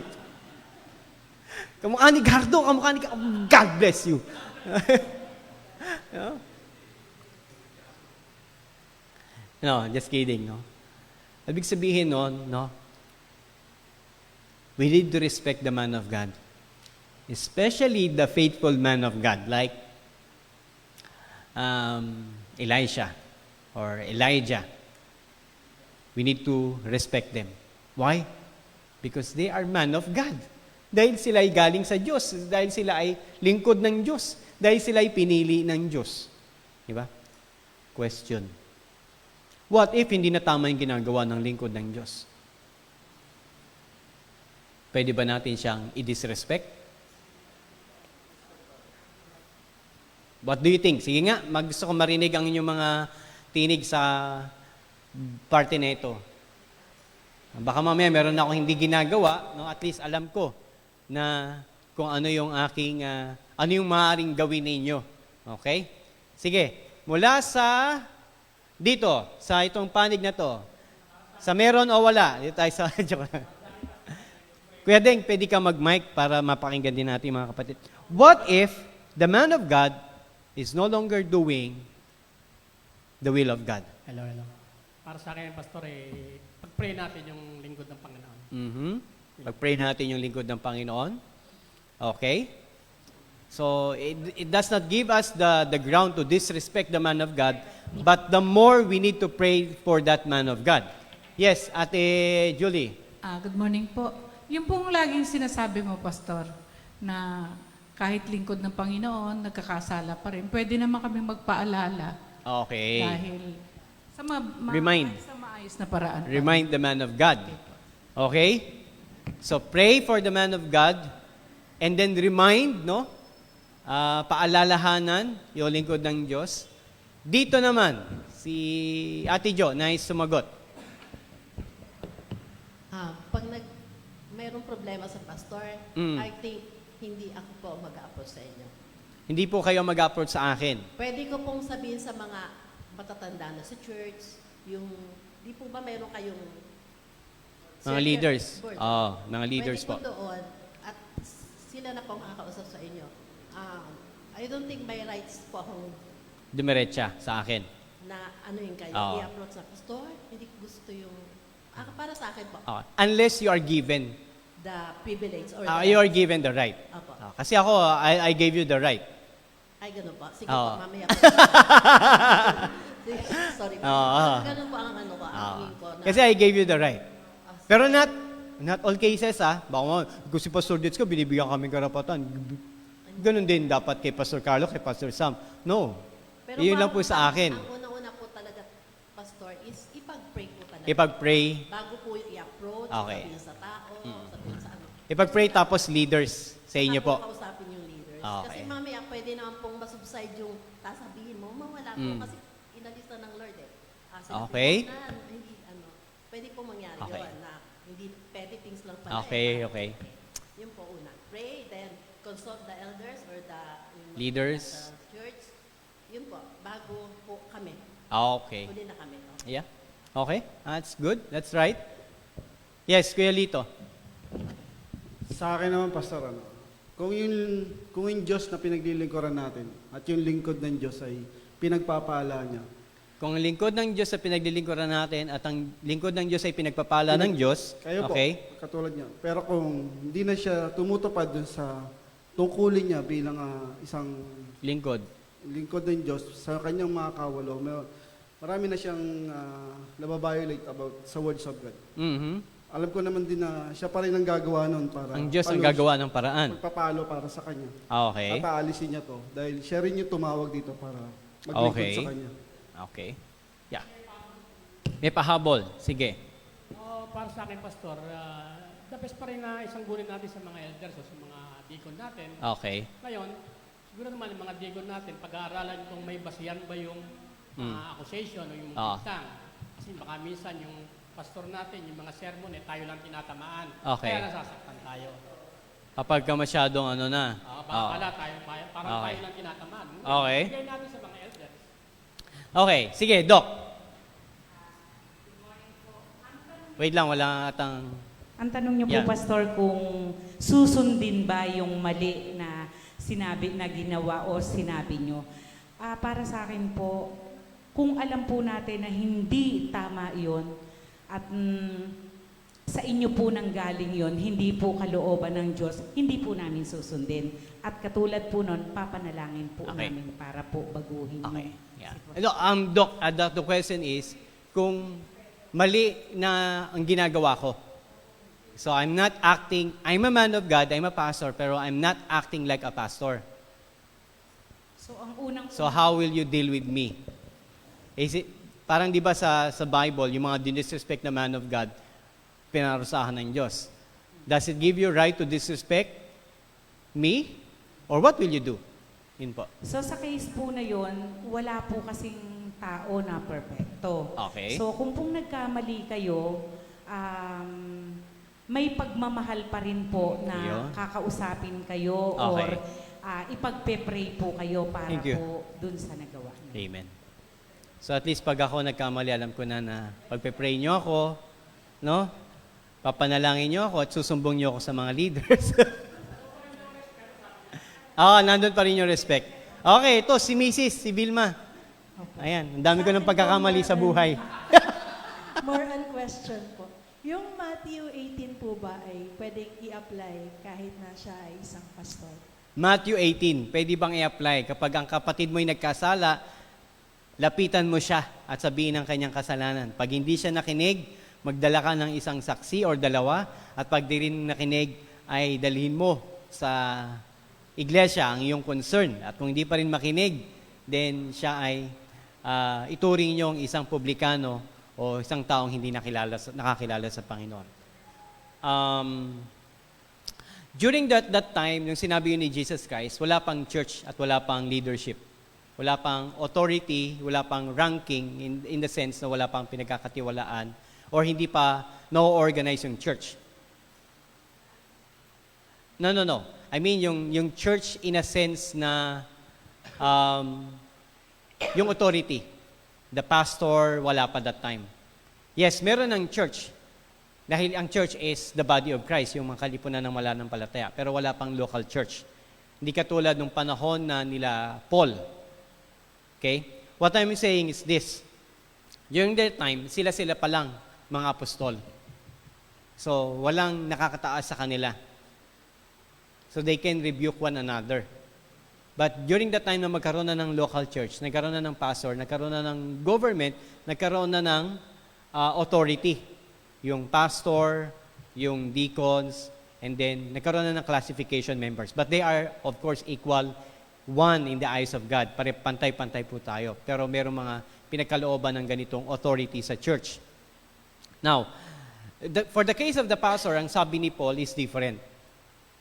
Kahit na si Timothy, sabi niya, do not entertain one allegations from a member about the man of God, except it is testified by witnesses. So, hindi sila yung pupunta doon sa man of God, kundi si Timothy ang pupunta doon sa man of God. So, it should be, kunyari, nagkaroon kayo ng problem sa akin. Okay? Yung suggestion ni Paul, ito yung sabi ni Paul, punta ka kay Pastor Sam o kay Pastor Carlo to talk to me. Yun ang kanyang sinasabi. Okay? So, can it be applied? Pastor to pastor can be. But member to pastor, I would say case-to-case basis. Case-to-case basis. Especially if you're younger than me. But if you're older than me, ako, yun ang aking conviction. Okay? Yun ang aking conviction kasi hindi rin naman malinaw. Kasi brother to brother, sister to sister yung sinabi ron eh. For me, if you're younger than me, better you ask an older people to go to me. But if you're older than me, you can go to me directly to tell me what's wrong. Okay? So, ganon. Okay? As a respect dun sa kanyang pagkapastor. I can see the danger in a sense, no? That if you're younger and then the pastor is older than you, there's a tendency na magkaroon ng pride yung pastor, hindi niya makita yung concern. Diba? Mas makita niya yung pride. Ang unang dapat makita ng isang taong nire-rebuke is yung concern. Yes, ikaw may concern, pero sa kanya hindi niya nakikita yun. Dahil nga mas bata ka sa kanya, mas nakita niya yun, tinitignan niya yung sarili niya, hindi niya tinitignan ikaw. So again, whenever we rebuke, kahit sino pa tayo, no? Kahit kayo matatanda sa akin, no? Yung sinabi din ni Doc na dapat may pag-ibig. Kasi kung ang rebuke walang pag-ibig, I think that's not the commandment ng Bible. You rebuke because you love that person. Kasi kung walang love yung person, that is not rebuke, that is criticism. Kinikriticize mo lang siya. So ibig sabihin, kahit anong gawin niya, mali sa paningin mo. O kaya hahanapan mo siya ng mali. Lahat ba ng bagay na gagawin ko tama? Pero merong dapat pagpasensyahan, merong hindi dapat pagpasensyahan. Naniniwala ba kayo ron? Merong mga bagay na dapat pagpasensyahan na lang natin kasi maliit na bagay na lang. Pero merong mga bagay na hindi natin pwedeng pagpasensyahan kasi malaking bagay na siya. O lahat ng bagay dapat natin i-deal. Maliit man malaki. What do you think?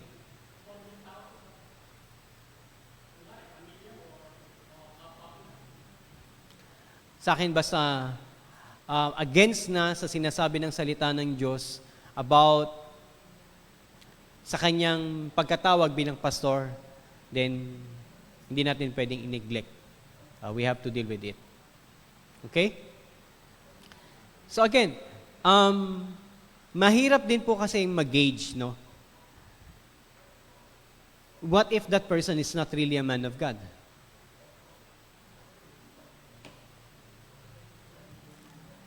Only God knows. And God will be the one. Yun yung sinasabi naman ni Lito, na ipagpapasa Diyos mo. Hindi man gagaling sa'yo na patalsikin, palabasin, paalisin, tanggalin, wala sa atin. Nasa Diyos po yun. At gagawa ang Diyos ng kaparaanan to reveal. Kasi bakit? Gawain niya to eh. Kung merong mas magko-concern sa gawain niya, yes, concern tayo, pero mas concern siya sa inyo. Dahil gawain niya to. Gagawa siya ng lahat ng paraan para lang alisin kung sino yung dapat alisin. Okay? So again, no, pangit naman na dumating pa yung time talaga na yun sa ating buhay. Sana na nawa, no, na dapat na hindi tayo humantong sa ganon. Lalo higit, no, kung magiging tama yung pamamaraan natin pagdating sa pagtatalaga ng lingkod ng Diyos. There are qualifications, not degree. The Bible specifically gives us qualifications, not degree. So if you're going to call someone to pastor the church, you go to qualifications, not degree. Kasi madalas ginagawa natin, o ibang mga practice ng simbahan na dapat hindi natin i-adapt, once a person graduated from seminary, pastor na yan. Show to me in the Bible. Pakita mo sa akin sa Bible na kapag ka nag-aral, pastor na. Ang pastor tinatawag. Pero hindi ko sinasabing huwag mag-aral. Don't get me wrong, I'm not against. Because until now, we are all studying. We will never graduate from the Word of God. Kahit maging doctor's degree ka pa, it doesn't give you the right to stop studying because you're already a doctor. Hindi, doctor na ako eh. PhD na ako eh. Masters of Theology, Doctors of Ministry na ako. Bakit pa ako, di ba? I have all the qualifications. By paper, you have. But the Bible says that the pastor is this and that, respectful, up to teach. Diba? Kasi maraming tao nakatapos, pero hindi marunong magturo. Diba? You go to college, maraming professor, magagaling sa math, pero they are having a difficulty to share what they learned. Kasi teaching is a gift, not a degree. As well as pastoring. It's a gift, not a degree. Kasi ang dami kong kilalang pastor talagang nag-aral sa seminary, doktor na, pero hindi makastay sa isang church. Parang nag-transfer. After 2 years, ito sa church na to. After 2 years, another church. After 2 years, di ba? Kung galit ka sa member na nagpapalipat-lipat ng church, di ba? Tapos ikaw, pastor, palipat-lipat ka rin ng church. Hindi po ganon ang design ng Bible. If that will be the case, parang naging corporate word na ang church. Church is the body of Christ, not a corporation. That we hire people and we terminate people if they are not performing well. Okay? Because they are called by God, we assume and we have faith that they will perform well because God called them. Right? Yes, Ate Jo. Pastor, tanong ko lang po yung human appointment ng pastor. Yung? Ano po yun? Human appointment. Human appointment, what do you mean? Sa isang church po, may isang pastor. Opo. And may wife siya. Opo. G12 po ito. Oo, yeah. May 12 po siya. May Then yung 12 wife, siya. may 12 po siya. Okay. Yung pastor po, yung 12 niya, ginawa niya pong pastors. Ginawa niyang pastors. Kaya meron po siyang, ang tawag doon, co-pastors. Oo, parang, Then yung wife din po, pastora yung G12 niya. okay. Mga tapos, Mm-mm. but then yung iba nag-aral, Okay. nag-aaral, but then yung iba hindi. But then, kasi nga, godly, Mm. biblical, marunong. So sila ang 12 ay pastors ang tawag. Then yung 12 na babae is pastora. Okay. Ano pong Anong question niyo? maging stand natin doon sa ganun? Okay. Human appointment. Ibig sabihin. Okay. Okay. Okay, yung sinasabi ni Ate Jo is like, merong mga sect ng Christian, okay, na ganito yung kanilang practice. If I'm the head pastor of this church, I'm the lead pastor, administrative pastor of this church, kasi yung sa G12, okay, if you're a believer, you are supposed to have 12 disciples. Why? I don't know. Kasi maybe kinuha nila si Jesus Christ has 12 disciples, then we must have 12 disciples. You cannot find it in the Bible. You should have disciples. You go and make disciples, but the Bible is not telling you go and make 12. It could be 14, could be 15. It could be 1, could be 2. Si Paul, ilan naging disciple ni Paul? Na known natin. At Timothy, prominent. Sino pa? Titus. So, yun lang ang alam natin, no? Meron pa, siguro. Pero yun lang ang prominent na alam natin. So, does it mean that Paul failed as a disciple? No. It's not about the number. So, yun muna ang didil ko. Sa number about your disciples, the Bible does not say you should have specifically 12. You can have more as long as you can take care and teach them, and you can have less. Kasi ang disciples po, naniniwala tayo, bigay pa rin niya ng Diyos. Ang nagiging problem kasi, di kailangan magkaroon na ako ng 12. Pag wala pa akong 12, hindi ako faithful. No. It does not depend with the numbers, yung faithfulness mo. Sabihin ko sa'yo, pwede ka magkaroon ng 12. Diba? Bigyan mo lang yan ng grocery every month, magkakaroon ka ng 12. Diba? Ilibre mo lang yan every week, magkakaroon ka ng 12. But they will go because of benefits, not because of spiritual or learning. Okay? So, doon na tayo sa 12. So, again, walang sinasabi ang Bible about the numbers. The Bible says, go and make disciples. All, hindi nga 12 nations pala. Sorry. Ibig sabihin, more you can have. Then, doon naman tayo sa, kung ako ang pastor dito, then I should have 12, and these 12 will be pastors or are pastors already? Pastors. And their wives will be called pastors also. Okay. The wife of a pastor is not a pastor. The wife of a pastor is the wife of the pastor. Ang asawang pastor ay hindi pastor. Anong tawag sa kanya? Asawa. Pastor's wife, but not a pastor. Kasi po ang pastor is a term given to men, called by God. Ibig sabihin, pag asawa ka ng pastor, tinawag ka na rin magpastor? Hindi. Una, walang babaeng pastor. Yan ang paniniwala natin.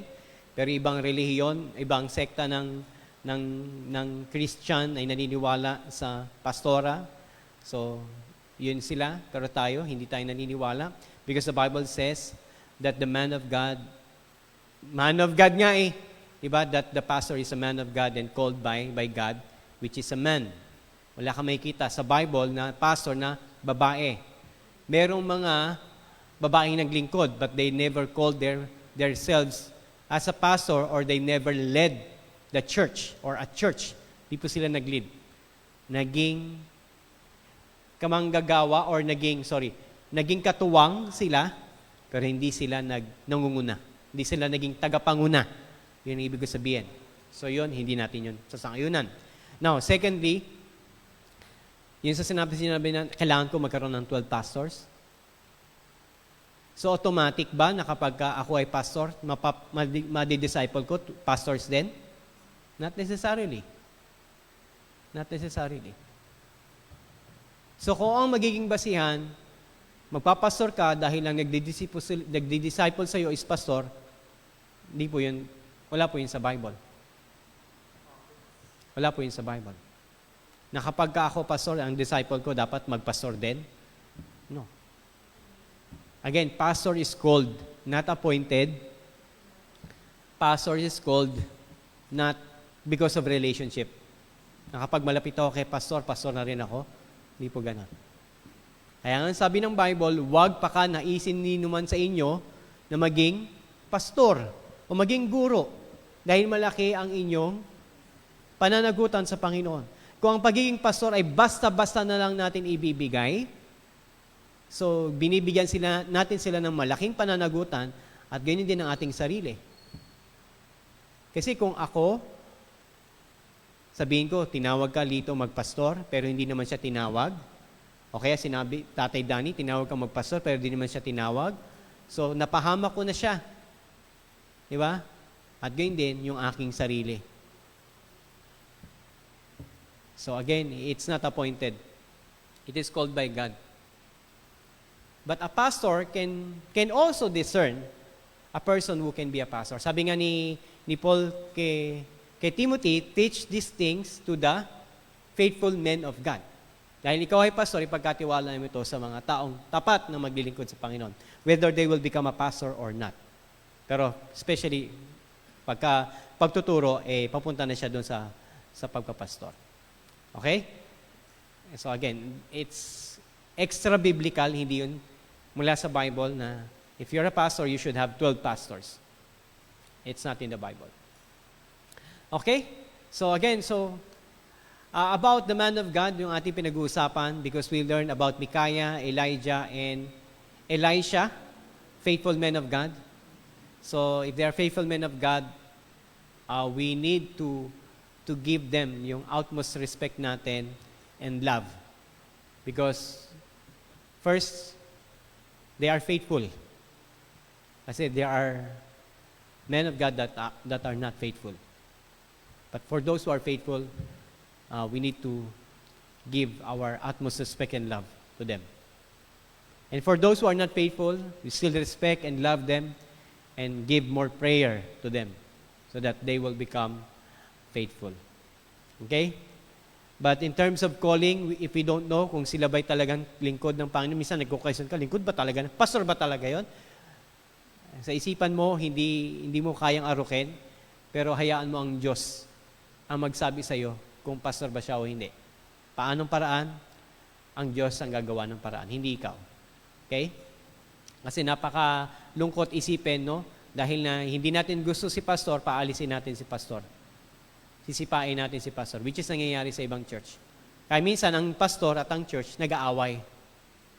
Marami pong pastor ganyan. Nung napuntahan po namin sa Tuguegarao, may ganong isang kasama namin na ganon ang problema. Okay? Ayaw sa kanya ng miyembro, ayaw niya rin sa miyembro. Pagka ganon ang simbahan, mahirap. Diba? Mahirap. Wala kayong... Kung kayo hindi nag-iibigan, no? Paano kayong lalago? Paano yung ibabahagi ang pag-ibig ni Kristo kung ang pastor hindi mahal ang miyembro at ang miyembro hindi mahal ang pastor? So pag tinanggal mo ang pag-ibig, paano nyo nauunawaan ng mabuting balita? Ang mabuting balita is gayon na lamang ang pag-ibig ng Diyos, no? Sa sanlibutan, kaya ibinigay niya ang kanyang bugtong na anak. Okay? So dapat constant yung love sa atin. Okay? Consistent yung love sa bawat isa sa atin. Kahit kayo nagkakamali, mahal ko kayo. Ako nagkakamali, mahal niyo ako. So, sabi ng Bible, magpatawaran tayo isa-isa't isa at palagi tayong magmahalan. Yan naman ang sabi ng Bible sa atin. Okay? So, wag umantong na barangay si pastor. Aba, merong ganon. Si pastor, pinabarangay. Ay, alala niyo yung pastor na pinakilala ko sa inyo nung sa Dibunilab. Pinabarangay yun. Ang kaso niya is, naglulusay siya ng pera. Pero wala siyang hinahawakang pera ni Cinco. Pero bakit? Kasi nagkakaroon na ng interest yung iba sa church. Nagkakaroon ng interest yung iba sa church. Kasi tinitingnan nila yung church as property. Kaya gusto nila silang masunod. Dahil ayaw silang talaga ni pastor na mga leaders, dahil nga sa kanilang pag-uugali, dahil sila ay ma-impluwensya doon sa church, pinabarangay si pastor. At tapos nung pinaranggay si pastor, umalis na si pastor namin. Nag-ano siya. Simula ng bagong gawain. Yung church na yun na inalisan, wala. Diba? Kasi hindi galing sa Diyos eh. Okay, walang pag-ibig. Yes, Kuya Deng. Church na Christian din, ano? Mm. Ngayon, namamaneho, tingin ko lang, opinion ko lang, ano? Okay. Sobrang mga mayayaman sa church. So, Mm. kasi mga ano talaga, kung ano yung gusto nilang pastor, pwede lang kunin, pwede lang paalisin. Mm. Kasi minsan nangyari po yun, hindi ko po sabihin niyo pa ng church, ano? Meron pong, sa church na yun, meron pong shadow ni Christ. Ngayon, gusto ng pastor na yun, tanggalin yung shadow ni Yung Christ. shadow, yung image, yung face na kinikilalang Jesus Christ ng mundo. Ng mga elders na ano, yung mga tao na sabi ko, nilipat siya ng ibang church. Inalista lang siya. Okay. Yeah, that's a problem actually. Ng mga ilang churches. Kapag may mga mayayamang may impluwensya, because they are rich, no, they can do whatever they want. But not in our church. Okay? I am very thankful. I don't want to use the word proud. I'm proud. No, I'm not proud. I'm very thankful to the Lord for our local church. No, even though there are many people na I would say na hindi mayaman eh, pero may kaya in a sense, talaga may kaya and generous. And they're not using their wealth to control. They are using their wealth for the kingdom of God, not for their own kingdom. Okay? Para sa kapurihan ng Panginoon. And thank the Lord for their lives. Okay? Yes, V. Oo.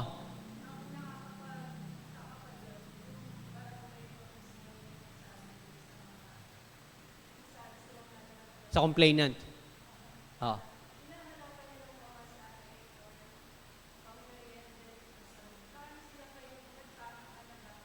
Oo. Oo. Kumbaga yung kinumplain sa barangay, pero yung barangay panig kay pastor. Why? Because the testimony of the pastor is visible in the community. At kilala din ng barangay kung anong klaseng pamilya yung nagko-complain kay pastor. Pero again, si pastor, para wala na lang away, alis na lang. Alis na lang. Tapos, yun. Yung mayaman na yun, itinalaga niya yung anak niyang pastor, kahit umiinom, tinalaga niyang pastor, nagsimula gawain, hindi umabot ng taon na wala yung gawain. Kasi hindi tinawag eh. Hindi tinawag. Kasi kung tinawag talaga sila ng Panginoon, unang-una hindi nila gaganunin ang pastor na yun kasi yun tinawag din ng pastor. At tinawag din ng Panginoon.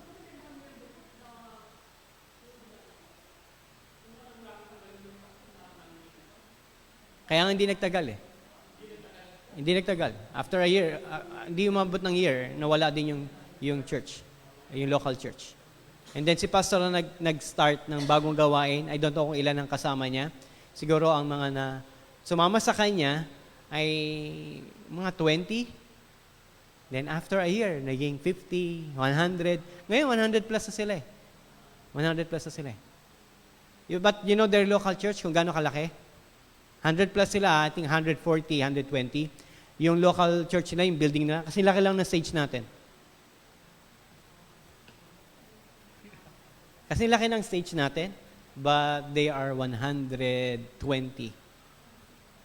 Take note, Take note. This is a challenge. 120 attendance Sunday, Wednesday, same. Same. Kids, babies, Wednesday, Sunday, the same. Ang hindi lang nakakadalo yung mga nakatira ng Cavite, nakatira ng Bulacan, but anywhere in Metro Manila or in the vicinity of the church, attends Wednesday and Sunday. Okay? So that's it. We thank the Lord for faithful men of God. And we pray for more faithful men of God na dadalhin ng Panginoon. And we hope and pray that some of those faithful men of God will be coming from our church in the near future. Okay? As long as we will become faithful sa salita ng Panginoon, because that is the primary duty of the man of God, to be faithful in preaching the Word of God. Secondary is to administer or minister the church, and that's it. Okay? So the first ministry of the man of God is what? Preach the Word of God. That is the first ministry. If you love me, sabi niya kay Peter, you feed my sheep. You feed my sheep. You feed my sheep. So it shows that the feeding of God's Word is the number one ministry of the man of God. If the man of God will not be faithful to this book, he cannot be faithful to anything. Kung hindi ka tapat sa salita ng Diyos, hindi ka magiging tapat kahit sa anong bagay. Let's pray. I think we will not be able to have our reflection, although we would like to, but it's already 10:15. Baka yung iba sa atin ay may gagawin pa. We thank the Lord for this wonderful morning that He has given us. Our Father in heaven, we thank you so much for your wisdom from your word. You show to us, Lord, the true meaning of faithful men of God. And we saw it in the lives of Micaiah, Elisha, and Elijah. That these faithful men of God were called by you. And you were the one, and you are the one working in their lives, Panginoon. Hindi mo pinababayaan ang mga tapat na lingkod ng Diyos. Ikaw ang nagbibigay sa kanila ng kanilang pangangailangan sa araw-araw. At ang pagkilos ng inyong kapangyarihan sa kanilang mga buhay ay tunay na kamangha-mangha. Himala na nakikita ng mga tao nung sa kanilang kapanahunan, ang paghati ng dagat, ang paglinis ng maruming tubig, ang pagpaparusa sa mga taong walang takot sa inyo. Bagaman ito ay hindi mapangyayari na sa aming panahon dahil ito'y niloob mo mapangyari sa lumang panahon upang makita nila kung sino ka. Dahil ngayon ay salita mo, Panginoon, ay sapat na upang maniwala kami kung sino ka at anong kaya mong gawin. Kaya't dalahin ko, Panginoon, ang mga lingkod po ninyo ay maging tapat sa inyong salita. Gayon din ang mga kanilang nasasakupang miyembro na lumalim sa pag-ibig ng iyong salita. Ito ang pangunahing barometer ng kalaguan ng isang iglesia, ang kalaguan sa inyong salita at pagtitiwala sa inyong mga pangako. Pagpalain niyo po, Panginoon, ang aming gawain dahil ito po ay inyong ministeryo. Gabayan niyo po palagi kami, O Diyos, ang mga lingkod po ninyo sa tuwing aming pag-aaralan ng inyong salita upang maibigay po namin, Panginoon, ng mapagpalang mensahe sa aming mga miyembro, sa inyong mga anak. Hindi dahil ito yung gusto nilang mapakinggan na kikiliti sa kanilang mga tainga, kundi ito yung dapat mapakinggan na magbabago ng kanilang mga buhay. Pagpalain niyo po kaming lahat, Panginoon, at sa inyo po namin tinataas ang lahat ng gawain na nilagay mo sa iglesyang ito. Pagpalain mo rin, Panginoon, ang mga kapatid na nanood ngayong umaga. Gabayan mo ang kanilang mga buhay, Panginoon, at patuloy kang mangusap sa kanila. Anumang panalangin, meron po sila, tumanay pangangailangan, karamdaman na dapat pagalingin, Panginoon, ay amin pong itinataas po sa inyo. Sa pangalan ni Jesus, kung ito po inyong kalooban, ito'y mapangyayari sa kanila. Maraming salamat, Ama. Muli po, itinataas po namin sa inyo ang lahat ng ito na may pananampalataya at pasasalamat sa pangalan ni Jesus. Amen.